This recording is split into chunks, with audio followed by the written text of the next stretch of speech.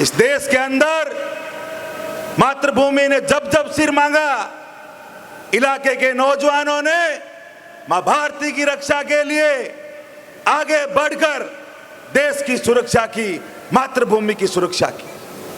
आज हालात ये बन गए कि जो शोषण, जो लूट, जिस प्रकार की डकैती अंग्रेजों के शासन के अंदर नहीं हुई, उस प्रकार का शोषण, उस प्रकार की तानाशाही, आक्रांताशाही आज इस बीकानेर जिले के अंदर कोलायत क्षेत्र के अंदर हो रही है। और यह क्यों हो रही है?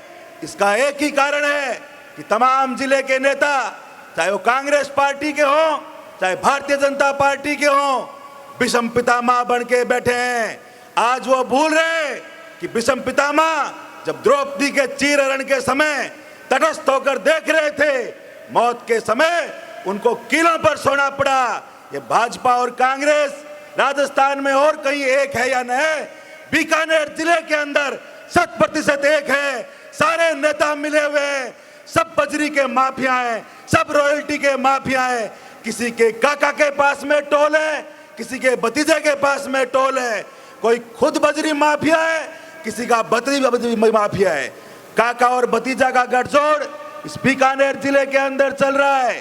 किसान का नाम लेकर किसानों के मसीहा बनने वाले 50% के पार्टनर बजरी माफियाओं से मिले हुए हैं, किसानों का शोषण करने के लिए मिले हुए हैं। ये दंश इस कोलायत क्षेत्र के साथ में पूरे बीकानेर जिले के अंदर फैल चुका है। अखबारों के अंदर पढ़ते हैं कि प्रत्येक गाड़ी के अंदर जो टन के ऊपर रॉयल्टी ली जाती है, उसका एक फिक्स हिस्सा मंत्री भंवर सिंह भाटी की जेब तक जाता है। और भंवर सिंह भाटी के साथ में तमाम वो स्थानीय लोग, नेता, कांग्रेस और भारतीय जनता पार्टी के नेता रॉयल्टी के अंदर, बजरी के अंदर, टोल के अंदर, हर प्रकार के, चाहे जिप्सम खोदने की बात हो, चाहे चूने की बात हो, प्रत्येक जगह पर किसान का, जवान का सिरिंज के द्वारा खून निकालने का काम ये निरंकुश सत्ता कर रही है। हमने उस दर्द को झेला है।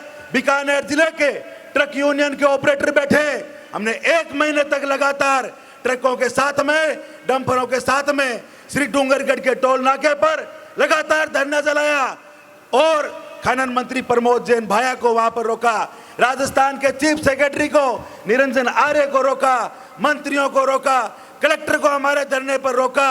लेकिन वो सारे के सारे जिनको हमने कलेक्टर समझ के रोका, मंत्री समझ के रोका, संभागीय आयुक्त को रोका और चीफ सेक्रेटरी को रोका, वो कोई मंत्री नहीं, सिर्फ और सिर्फ बिकाऊ पिल्ले निकले। और वो बिल्लियां निकली जिनको सिर्फ पैसों से मतलब था, पैसों के अलावा किसी चीज से मतलब नहीं था।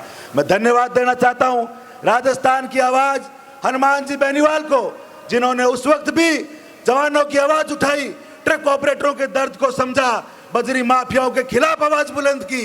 यह हनुमान जी बेनीवाल की पैरवी और उनकी शुरुआत का कारण है कि आज राजस्थान के अंदर बजरी माफियाओं के पैर खिसकते नजर आ रहे हैं।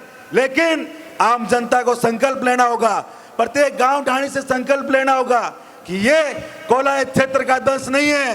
पूरे जिले के अंदर, पूरे संभाग के अंदर ये हालात बन गए रॉयल्टी के ठेकेदारों के कारण। श्री डूंगरगढ़ के अंदर, चाहे कुछ और क्षेत्र के अंदर, हमारी जो माइनिंग का कोई वैध कोई खान नहीं है। अगर कोई किसान अपने खेत से अगर कोई मिट्टी भी लेता है, उसको 700 रुपए की रॉयल्टी इन अवैध ठेकेदारों को देनी पड़ती है। इस प्रकार की तानाशाही हुई।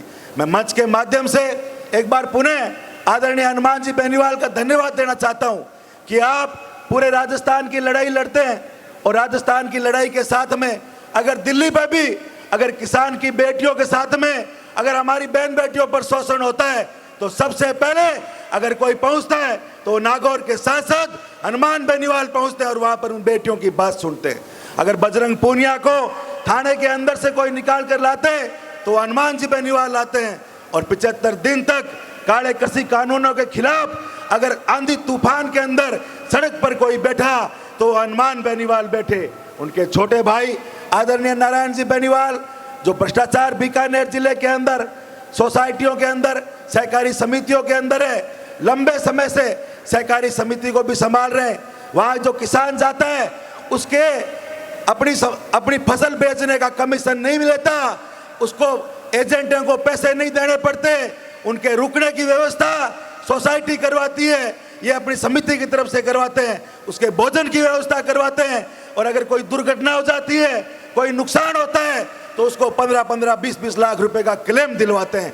इस प्रकार के हमारे बीच में बैठे हैं, पूरे इलाके के साथ साथ में पूरे राजस्थान की आवाज को विधानसभा के अंदर उठाते हैं।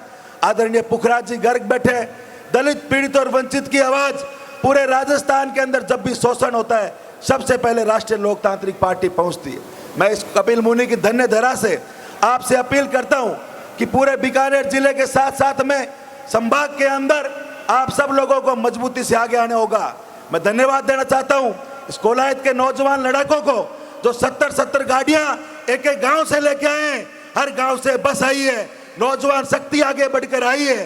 गांव और ढाणी के अंदर हमें हनुमान बेनीवाल की मुहिम को पहुंचाना है और आने वाले 23 के अंदर राजस्थान का मुख्यमंत्री हनुमान बेनीवाल को बनाना है। ऐसा हमारा संकल्प होना चाहिए, ऐसा हमारा विचार होना चाहिए। प्रत्येक नौजवान शक्ति का आभार प्रकट करता हूं। आप सब लोगों ने हमेशा साथ दिया, चाहे ट्रक यूनियन के संघर्ष की बात हो, बजरी माफियाओं से लड़ने की बात हो, प्रत्येक जगह पर आप साथ रहे। आप सब लोगों का बहुत बहुत धन्यवाद। राम राम सा, जय हिंद, जय भारत। हनुमान बेनीवाल, हनुमान